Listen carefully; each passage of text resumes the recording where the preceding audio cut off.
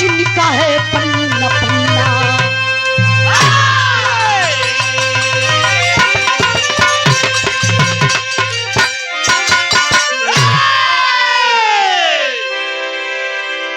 गौर करेंगे, आज हमारे देश की बहुत बड़ी मजबूरी है। हम बड़े गर्व से कहते हैं कि हम हिंदुस्तानी हैं, लेकिन आज हर देश के वासी बड़ा बड़ा मुंह बा के ताकत बा कि अगर हिंदुस्तान कोनो दूसरे देश से भिड़ जात तो हम तीसरका मजा उठा ले। कहले का मतलब जैसे एक गांव बा, आपे के घर बा, अगल बगल में सबके दुश्मन होले, यही तरीके से बाबू भारत के देख करके अगल बगल के पड़ोसी देश हमेशा वो अपनी निगाहें भारत के ऊपर टिका करके रखते हैं। मौका मिलेगा हमला बोल देंगे, लेकिन वाह बार धरती माई के लाल, धन्य हैं हमारे किसान भाई और नौजवान भाई जो देश की रक्षा करते हैं। भर्ती कौन होता है? जो आप लोग बैठे हैं ना, आप ही के घर का भाई बेटा भर्ती होता है, ना कि कोई पीएम सीएम एमपी एमएलए का बेटा भर्ती होता है। गरीब का बेटा भर्ती होता है और करता है क्या? एक लाइन कव्वाली का टुकड़ा लगल मास्टर साहब।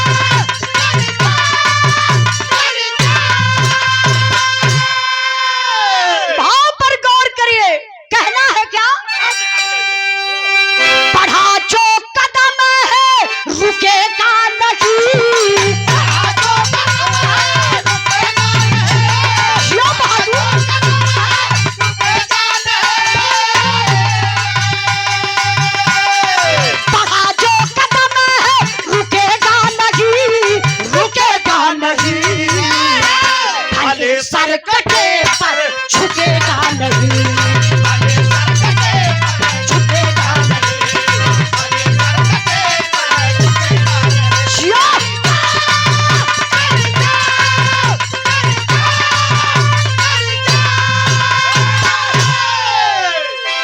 आप लोग कहानी पर गौर करे हैं, कहानी कहां से कैसे लिखल गई मास्टर साहब?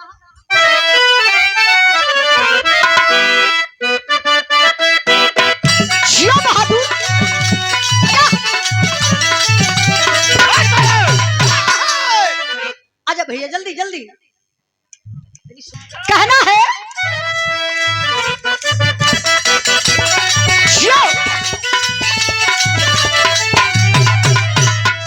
साथी जंग पे जो वीर लड़ने आता है, साथी जंग पे जो वीर लड़ने आता है, मौत का सहारा अपने शीश पर सजाता है।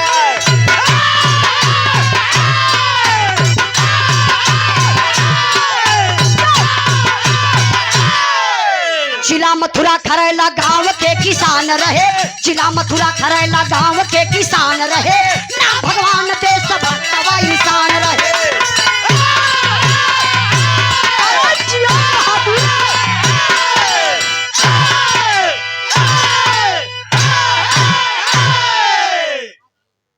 गौर करेंगे बापू, कहानी कहां से लिखल गई? अपने उत्तर प्रदेश जिला मथुरा, जहां कृष्ण भगवान का जन्म स्थली बा, जहां कृष्ण भगवान, मास्टर साहब वो बहुत बढ़िया बोलत हो, कृष्ण भगवान का जहां जन्म स्थली बा, तहां के रहे वाला एक किसान जेकर नाम बतावल गल भगवान सिंह, भगवान सिंह यादव, जेकरे बेटा का नाम बाबू बतावल गल हेमराज। परिवार में बड़ी खुशी बा, हेमराज एक लौता बेटा, लेकिन देश के प्रति बड़ा मोहब्बत बा कि जवानी मिलल बा, मानव तन मिलल बा तो देश के कामे आई। ए बाबू खुली भर्ती निकलल बा, और जब खुली भर्ती निकलल तब का भल मास्टर साहब तर्ज बड़ी बढ़िया लगल बा।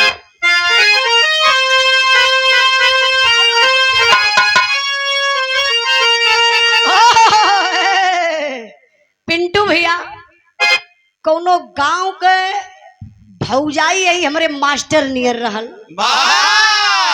ये तनी करिया रहल का, करिया मेहरारू ना होली का, होली तनी फूहर लगैली। भैया देखा उनके बिरहा से मतलब ना दो लाइन कुछ है उनके मन में। अच्छा जा जा तब लेकर नींद मार के आ जा, का करबा बिरहा बनाहू वाले हवाला तो बिरहा बिगड़हू वाले हवाला, यही में कुछ देवता हवा, बुरा मत मनिया, कुछ लोग शैतानों बन के आ जाला। क्षमा करिहा, सबके बात सबकर बात ना करते, कुछ लोग मन भटकाई मत जाइए का निसूत के या तो फल बा कोनो गांव का भौजाई बा अपने देवर के बोलौलस। देखा कब हो आप लोग मत ट्राई करिए, जानते हो का कहलस कहलस एक्सक्यूज मी, मतलब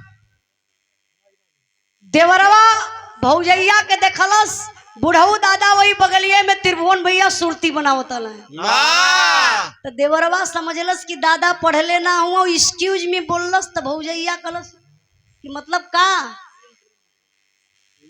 तो फिर इशारा कैलस भौजैया के दर बबुआ, जब इशारा कैलस तो देवरवा आयल, लफ दिना भौजी कोरम उठौला, तू का करत रहला, वीडियो बनावत रहनी, भला जूता चप्पल ना तोके पड़ल, ना मास्टर साहब खुद ही देवरवा अलकला भौजी का बात बा, बोला बड़का दादा बगलिया में सुरती बनावत हो, भौजैया कला से दर बबुआ बताई ना, हाई हमार साड़ी साया पहनत पहनत ना एकदम मन उबिया गइल बा, तनिकार के धा दे ओखे, काहे बदे ले हवा पानी गर्मी बहुत है, कले देवर बबुआ अब भाई साड़ी साया ना पहनब, एक ठे मैक्सी लिया था, मैक्सी और मैक्सी का करी भूसा ढोवे खातिर, ये सारे के गंगा में कुल ढोवे नहीं ना, कहाँ से आई रे मैक्सी, एकरे गंगा में उन्हन के नैहर हो ना, ओ भौजैया कहत अपने देवर से का कहले बा, बड़ी बढ़िया तर्जमा मास्टर साहब,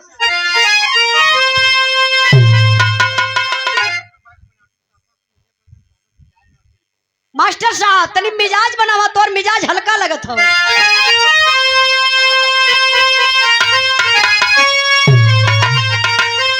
और हाथ जोड़ा बिना तिकारे,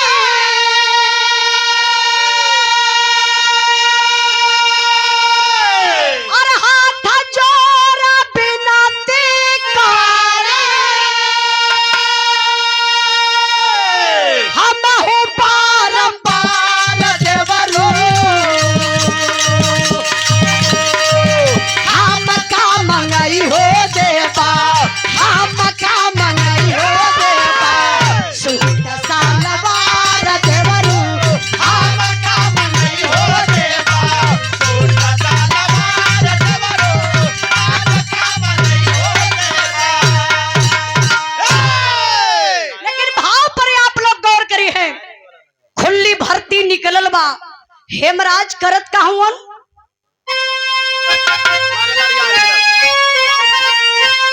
और मारला रे आजा नीला,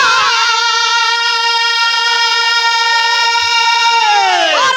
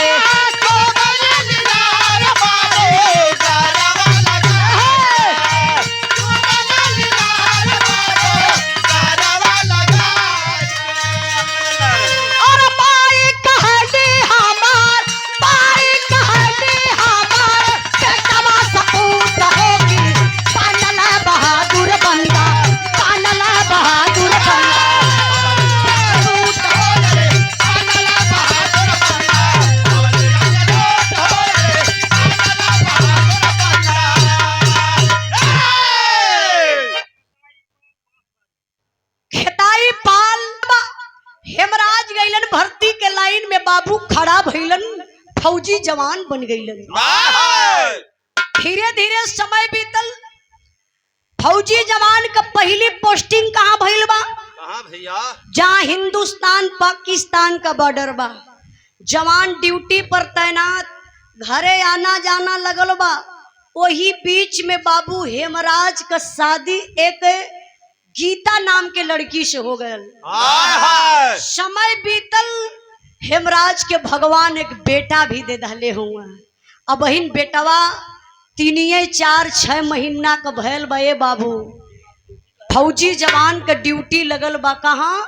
जम्मू कश्मीर, जहाँ बतौली हिंदुस्तान पाकिस्तान का बॉर्डर बा। ड्यूटी पर फौजी जवान तैनात तबले होत का बा मास्टर साहब, तर्ज बदल गई हो।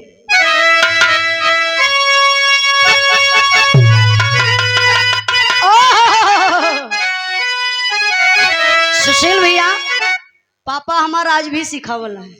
मूड कुछ और गावे के रहल, पापा से भी 3-4 जने जाए कहले कदा उजाला बीर रस गावे। हम कहली पापा लोग कुछ और भी रहा मांगत हो, का तो नहीं बेटा जब पब्लिक मांगत है बीर रस तक गावा।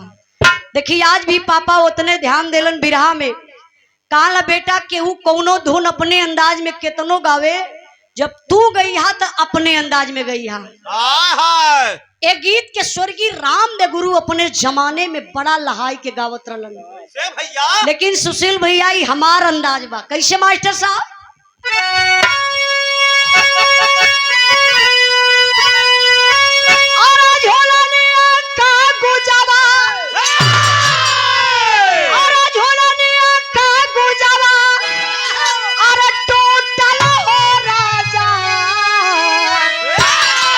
चमनिया से गड़िया छूटल हो राजा, चमनिया से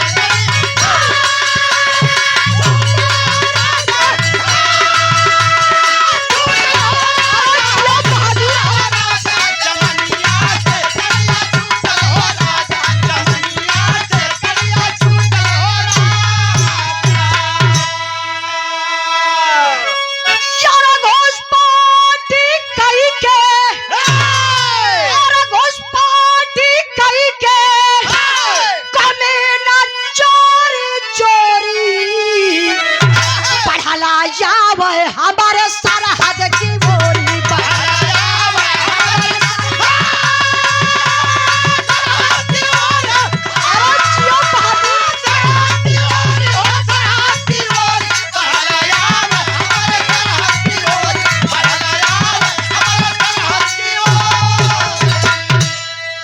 अरे कुछ दूर पर 3 साया दिखाया, झट से जवान हाथ राइफल उठाया।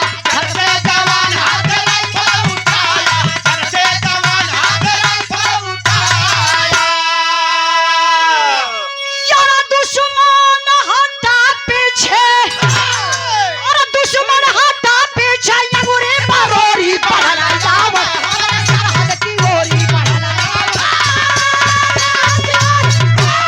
जियो बहादुर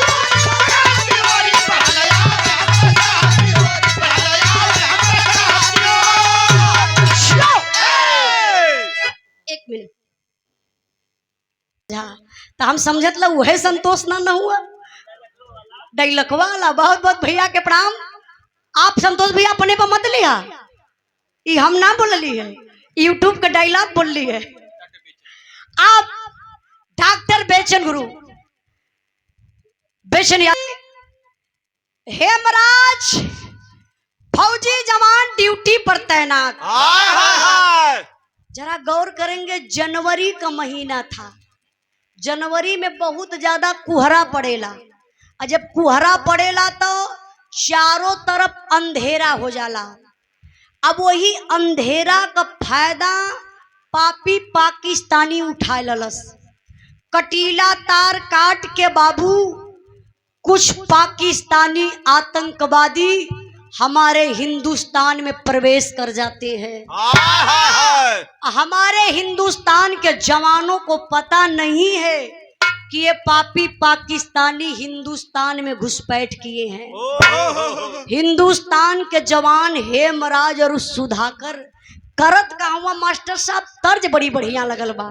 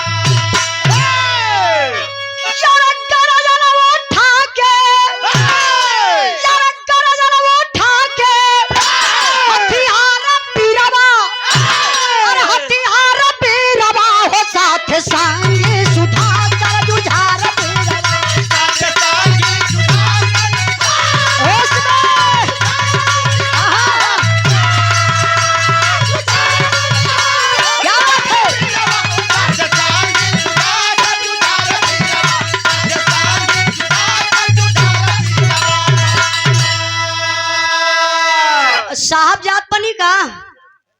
अच्छा अच्छा भाई, ड्यूटी भी बा तो देखे के बा, नहीं तो हम 10 मिनट आपके बैठती जरूर, चूंकि ड्यूटी का सवाल है। बहुत बहुत धन्यवाद, आप अपन कीमती टाइम दिली हम सबके बीच में। आए जरा बिरहा पर ध्यान दीजिएगा बाबू। हेमराज फौजी और दूसरा जवान सुधाकर जा रहे हैं ड्यूटी पर। अब वो झाड़ में आप लोग समझ सकीला, भैया भैया भैया भैया भैया भैया भैया भैया, बहुत धीरे धीरे धीरे धीरे अगर बात करे को थोड़ा सा दूरी ले जा कर सकीला, चूंकि डिस्टर्ब भैया होला। आवाज यहां तक नहीं हुए, बस इशारा से काम चला ली। बतौले आप लोगों से ना कि जनवरी का महीना कुहरा रहेला। अब कुहरा में अगर आदमी हेतने दूर पर बा तो हेतनी दूर पर कोई के देख ना पाई। अब वो पपियवा सब झाड़ में आके छुपल हुआ पहले से आतंकवादी। आई जवानन के पता ना बा और जवान कदम आगे बढ़ावत हुआ। तब तक बाबू ये आतंकवादी पापी पाकिस्तानी निशाना साध करके गोली चला देते हैं। सनसनाती हुई गोली आई, हेमराज और सुधाकर के पैर में गोली लगती है। अच्छा वो जवान भैया, ए भाई बड़ा हल्ला लोग करतो बे, और जो पेड़वा पे बैठल रगरत हो दहिया, इतना प्रेम से लोग सुनत हो, दुइया लोग बिरहा बिगाड़त हुआ। अरे शांति बनावा ना। वो लोग के खजूरी पकड़ले पीछे का रगड़त हुआ पेड़वा में? हाँ, पेड़े में मत रगड़ा, अच्छे से बैठा। तब का जरूरत हो तो खूंटा गाड़ला का दे। हाँ, रगरत हुआ, रगरत रगरत हल्ला यहाँ लेकर थो सुनात हो। आई इतना प्रेम से लोग सुनत हुआ, आपो सुनला कामे आई। ये कोई काल्पनिक कहानी नहीं है कि कल्पना करके कुछ भी उल्टा सीधा गा दीजिए। जो सच्चाई है उसको गाना दिखाना बड़ी मुश्किल का सवाल होता, मुश्किल होती है। क्योंकि गलत हो जाएगा तो लोग उंगली उठाएंगे, सवाल करेंगे गलत हो गया। अभी आप लोग नेट पे सर्च करिए, जो मैं बिरहा गा रही हूँ वो हकीकत घटना है। लेकिन घटना हुई कैसे, पहले ये तो देखिए। दो जवान जा रहे हैं, वो आतंकवादी पहले से छुपे थे और निशाना साध कर बैठे थे। वो पापी पाकिस्तानी सर में भी गोली मार सकते थे, जवानों को सीने में भी गोली मार सकते थे, लेकिन पैर में गोली क्यों मारे?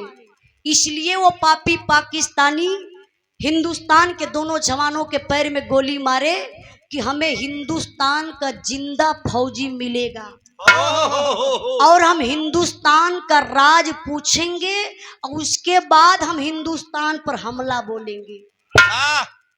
अभी पपियवा गोली मार के पैर में, ये बाबू वही घायल अवस्था में हमारे हिंदुस्तान के दो जवान हेमराज और सुधाकर के ले के पपियवा रातों रात अपने पाकिस्तान सीमा में चल गई।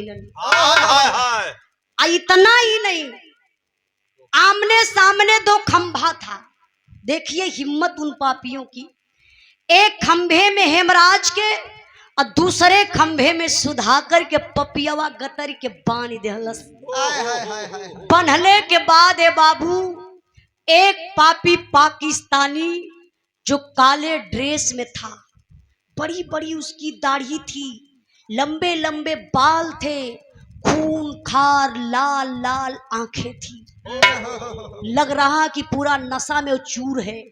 हाथ में चमचमाती हुई तलवार लेकर आया और हेमराज जो खंभा में बंधा हुआ जवान है, आय के सामने खड़ा हो गया। हेमराज से सवाल करता है, बता दे हिंदुस्तान का राज, बचा ले अपनी जान को। लेकिन बारे हिंदुस्तान का फौजी जवान, हिंदुस्तान का खून बहे बाबू, पैर में गोली लगल बा, लेकिन वो जवान का हिम्मत देखा, बड़े गुस्सा में है।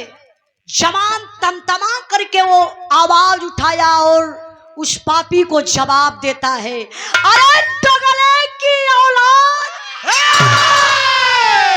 हम उस देश के वासी हैं, हम उस देश के वासी हैं जिस देश पे गंगा बहती है, नहीं बताऊंगा रे साले हिंदुस्तान का राज। जो करना है कर ले मेरे साथ। वो पापी पाकिस्तानिया कला सरे साला, मैं इससे हिंदुस्तान का राज पूछ रहा हूँ। अरे साला भारत की गंगा दिखा रहा है। कला सरे साला तुमको पता नहीं है, ये भारत नहीं है, ये पाकिस्तान है, पाकिस्तान। तू क्या दिखाएगा भारत की गंगा कैसे बहती है? मैं दिखा देता हूँ कि तेरे भारत की गंगा कैसे बहती है। भैया हो खींच के पपियवा तलवरिया चलौलस, ये हेमराज का दहिनी बहिए काटी ललस, बाह काट के अलग कदलस। शरीर का बैलेंस ऐसे झुकल जैसे ट्यूबवेल से पानी निकले, वैसे ये शरीरिया से छर छर छर छर बाबू खूनवा बहत बा। वो पापी के दर्द ना आवत बा। कलश देख ले साले, ये तेरे हिंदुस्तान की गंगा। अगर तू हिंदुस्तान का राज बता देता तो मैं तेरे साथ ऐसा कस्तई नहीं करता। ये तने कही के बाबू लई के तलवरिया हो भैया सुधाकर के तरफ चलल। खंभा में बधी हुई शरीर कांप उठा जवान, आंख से आंसू आ गया। कहा भयावत बा पापी, पहले बाह के काटी। सुधाकर कल भैया, अरे भैया मेरी बाह को मत काटना, मैं तुझे हिंदुस्तान का राज बता दूंगा। ई बतिया हेमराज सुनत रहा। हेमराज समझ गए कि अरे साला अपनी जान के चक्कर में ये हिंदुस्तान को खतरे में डाल देगा। भाई जरा गौर करिए, सीख लेना चाहिए इस जमान से। चाय वाला भैया चाय की दुकानदारी बंद करा 5 मिनट। पैर में गोली लगी है, बाह कटी हुई है, लेकिन उतना ही दहाड़ से वो जवान बोला सुधाकर के तरफ, बोला ना अरे भाई ना सुधाकर, तू क्या सोच रहा रे पगला? अरे अपनी जान के लिए तू हिंदुस्तान को खतरे में डालेगा? अरे पगला जान अकेली जाएगी, हिंदुस्तान तो खतरा से बचा रहेगा। तुझे झंडे तिरंगे की कसम, तुझे तेरी वर्दी की कसम, तुझे धरती माँ की कसम रे सुधाकर, एक भी राज मत बताना रे भाई, मत बताना। तबले पपियवा दौड़ के गयल, सुधाकर के मुहवा तर अपन कनवा लगा दलस। लेकिन बारे हिंदुस्तान का खून का कर सकेला? शरीरिया तो खंभा में बांधल बा, लेकिन बा हिंदुस्तानी जवान खेखार के वो पपियवा के मुहवा पर कला थूक देलन। कला देख यही है मेरे हिंदुस्तान का राज। अब जो करना है कर ले, मुझे मरने जीने का कोई गम नहीं है। पाकिस्तानिया कला सरे साला इतनी बड़ी हिम्मत, साला उससे पूछा तो भारत की गंगा दिखाया, साला तुझसे भारत का राज पूछ रहा हूं, करे मेरे मुंह पर थूक दिया रे। ले मेरे हाथ से गिफ्ट, पाव खला गए लो पाकिस्तानी पापी आतंकवादी, खींच के बाबू तलवरिया चलौलस हो भैया। यह सुधाकर का गर्दनिया काट लहलस। इतना ही नहीं मेरे बाबू, उसी तलवार से हेमराज का भी गर्दन वो पापी काट लिया।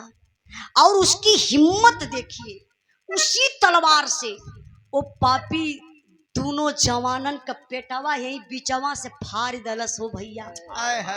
अब पेट का जो सारा सिस्टम है ना, निकाल कर बाहर फेंक दिया। एक भयंकर बम ये सुधाकर के पेट में, और एक भयंकर बम हेमराज के पेट में फिट कर दलस। अब बम रख के सिलाई कर दलस, सिलैया कई के वर्दी पहना के लसिया ये बाबू रातों रात लिया के सीमा ये पार हिंदुस्तान में कई गई पपियवा सो। अही गर्दनिया कहाँ बा? हेमराज सुधाकर का गर्दन पाकिस्तान में, यहाँ से इतनी शरीर बम फिट कई के हिंदुस्तान में पपियवा से ए लिए रखल कि जितना हिंदुस्तान का जवान लाश के साथ छेड़छाड़ करी है, विस्फोट हो जाई, सारे जवान मारे जाएंगे। लेकिन मेरे बाबू, खलबली मची है सीमा पर, 2 जवान गायब, पता नहीं चल रहा है। कई दिनों के बाद जब कुछ जवान जाते हैं झाड़ी के तरफ और पैर देखते हैं जवानों का, तो कुछ आगे बढ़ते हैं और कदम फौजी जवान पीछे हटा लिए। अवाक हो गए, अरे ये 2 जवान लेटे हुए हैं लेकिन गर्दन का पता नहीं है, ये बाह कटी हुई है, दाल में कुछ तो काला है, क्योंकि पेट काफी ऊंचाई ले सूजा हुआ है। अगर वही जवान छेड़छाड़ करते तो विस्फोट हो जाता, और जितने जवान अगल बगल रहते बाबू सारे शहीद हो जाते। लेकिन फौजी जवान दिमाग लगाए, चेकअप करने वाली मशीन लेकर आए, चेकअप किए तो बाबू पता चला कि दोनों जवानन के पेट में भयंकर बम बा। और बम के बाबू सुरक्षित निकालल गयल, और लसिया ले जाए के भैया हो फौजी जवान कैंप में गमी मनावत हवा। यहाँ का बात आप लोग यही छोड़ा, तनी से दिमकवा लेके आप लोग वहां चला। हेमराज का दुल्हन मथुरा में स्नान कई के बाबू श्रृंगार करे बैठल है, तबले वो दुनिया का मालिक के भैया अशगुन दिखाई दल है। अच्छा, अशगुन का दिखावत हुए, हमार बिरहा में ही से करोड़ रस में हो गई। आवा मास्टर साहब,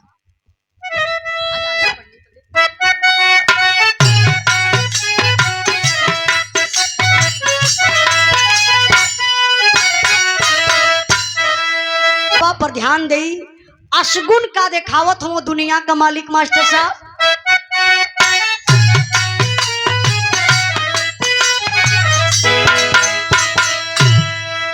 अरे गीता के हाथावा से गिरली डिबियावा हो, गीता के हाथावा से गिरली डिबियावा हो, कैला से नूरावा छिटाय हो, गीता के हाथावा से गिरली डिबियावा हो, कैला से नूरावा छिटाय हो, गीता के हाथावा से गिरली डिबियावा हो, कैला से नूरावा छिटाय हो।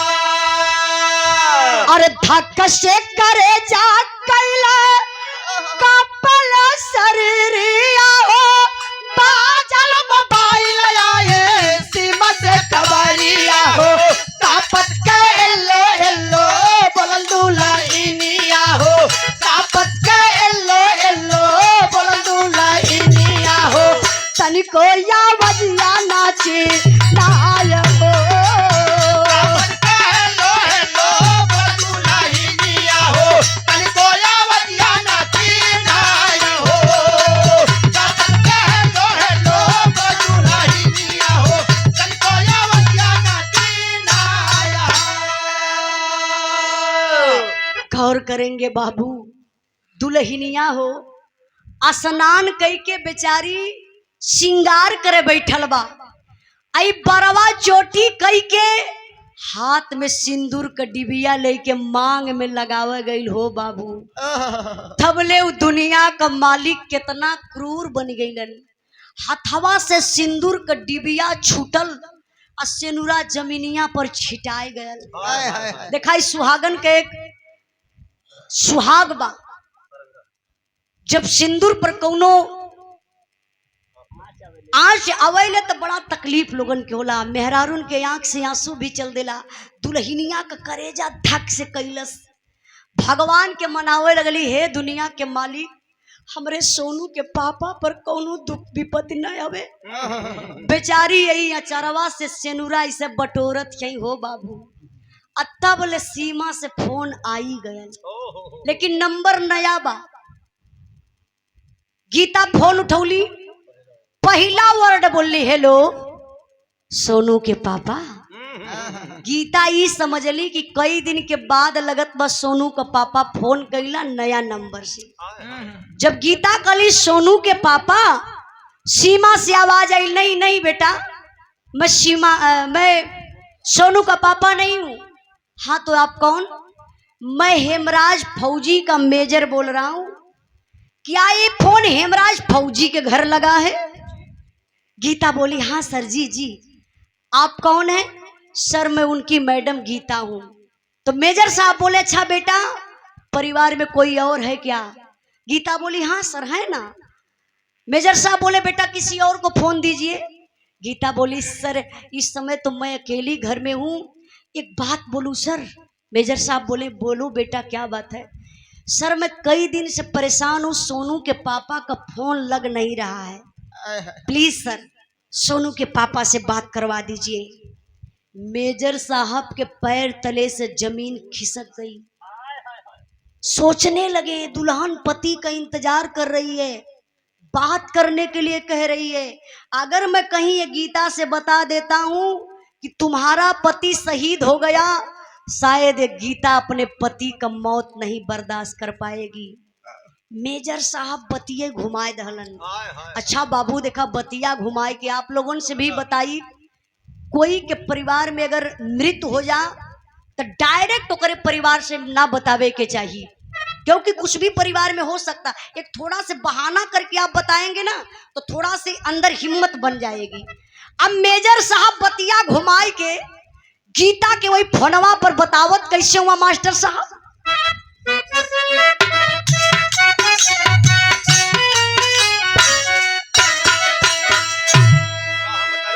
का हम बताए बेटी का हम सुनाई हो, का हम सुनाई हो, बताया शोभा समाचार बज्जर करे जा कई के सुनला खबरिया, अरे सुनला खबरिया हो, लुट जाए दुनिया तो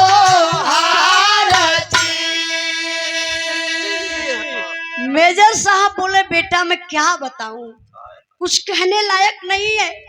गीता बोली सर क्या मजाक कर रहे हैं? अरे मैं एक फौजी जवान की बीबी हूं, यही ना कह रही हूं कि आप हमारे पति जी से बात करवा दीजिए और आप मजाक पे मजाक कर रहे हैं। मेजर साहब बोले बेटा मैं मजाक नहीं कर रहा हूं, थोड़ा अपना कलेजा मजबूत कर लो बेटा, तुम्हारा पति हेमराज इस दुनिया में नहीं रह गया। अरे बाप रे बप्पा, कौन दुल्हन बर्दाश्त करी अपने पति का मौत हो बाबू। कटल पेड़ नियन आरराय के वही अंगना में गिरली, गांव पूरा का लोग जुटल बा, बाबू माई का हालत खराब बा। आज एक सुहागन के लोग विधवा बनावत बा, मांग का सिंदूर रगड़ रगड़ के धोवत बा, कलैया का चूड़ी ना फूटत रहल हो बाबू, दीवाल में जबरदस्ती लड़ा के चूड़ी फोड़ाई, सफेद साड़ी पहना दिहल गल, विधवा बना दिहल गल। यहाँ का बात आप लोग अब छोड़ी, तनी दिमकवा अब वहां लेके चला जहां दोनों जवानन का लसिया रखल बा कैंप में। वहां हिंदुस्तान का जवान उल्लास के साथ करत का हुए, जरा गौर करेंगे मास्टर साहब। संतोष बनवासी मोहिनी आपके तरफ से, सॉरी सोहिनी, संतोष बनवासी सोहिनी जी की तरफ से 50 रुपए का पुरस्कार। आई जरा बिरहा पर ध्यान दीजिएगा बाबू, कहना है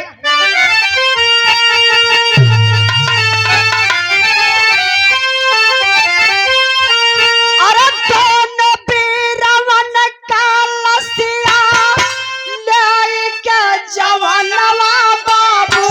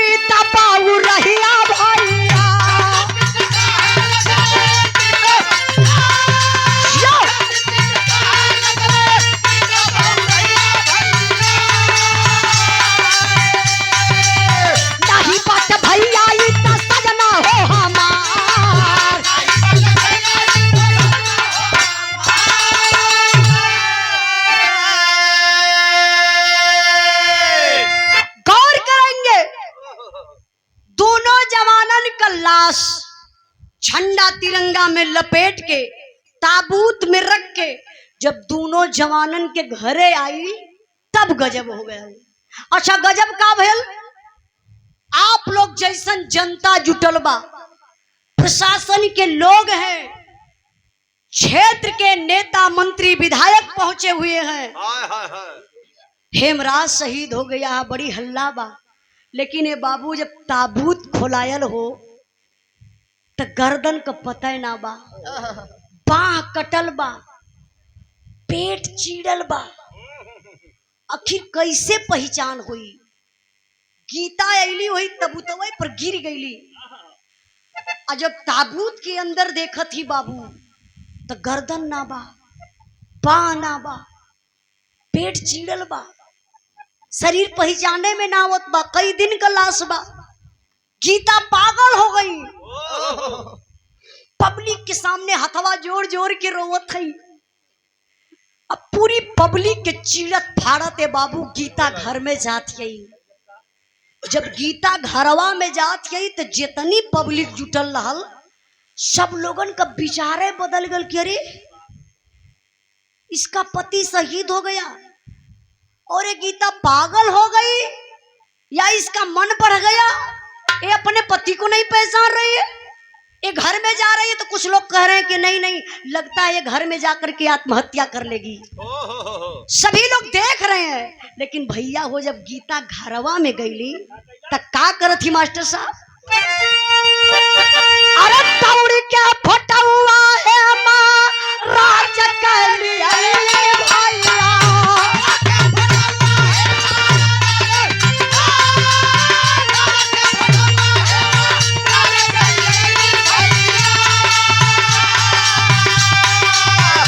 का चेहरा बाजू में बार बार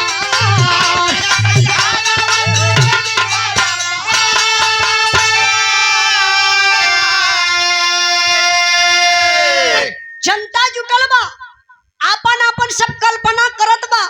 लेकिन भैया हो बेचारी गीता जब घरवा में गईली ना, अपने फौजी सैया का इतना बड़ा फोटो जौने रूमवा में सुतत रही अपने बेडरूमवा में वही देवलिया पर रखले रहली।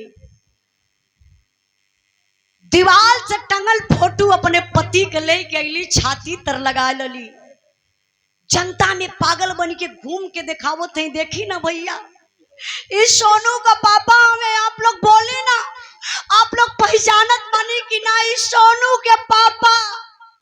पब्लिक हाथ में हाँ ये सोनू के पापा है, सोनू के पापा है। लेके गईली बाबू, जितने अधिकारी लोग आए थे सबके सामने बेचारी विधवा रो रही है, ए मेरे सोनू के पापा हैं, आप लोग इनको खोजिए प्लीज। ये किसी और की लाश है, किसी और बहन का ये सिंदूर था जो उजड़ गया। अभी मेरा सिंदूर जिंदा है, मुझे विश्वास है। इस लाश को ले जाइए प्लीज, ले जाइए और मेरे पति को खोजिए आप लोग। लसिया के पास में बाबू बुढ़वा बाप भगवान सिंह यादव बैठल है, खाली अपने बहू गीता का चेहरवा देखत हुआ। देखत देखत कले ये गीता इधर आ। अरे पगली नहीं पहचान रही है, रे अपना बेटा हेमराज है। पास में बुला ले, कल नहीं पहचान रही है, यही जमाने के लोग बड़ा मजा लेंगे। गीता का पति शहीद हो गया, गीता पहचानी नहीं। भैया बाबू झंडा तिरंगा हटाई के पैर से जब पिताजी देखौले, पैर में हेमराज के चोट लगल रहा। जोन हेमराज पेड़ से गिरल रहलन बचपना में, जब दुल्हनिया पैर का चोट देखला से बाबू वही लसिया पर गिरल बेहोश हो गई। एक चादर उड़ाई के लोग इतना दूर पर लेटा दले, दवाई होत बा, लगत बा गीता का जान ना बची। लेकिन अंतिम संस्कार कैले का बेला आई।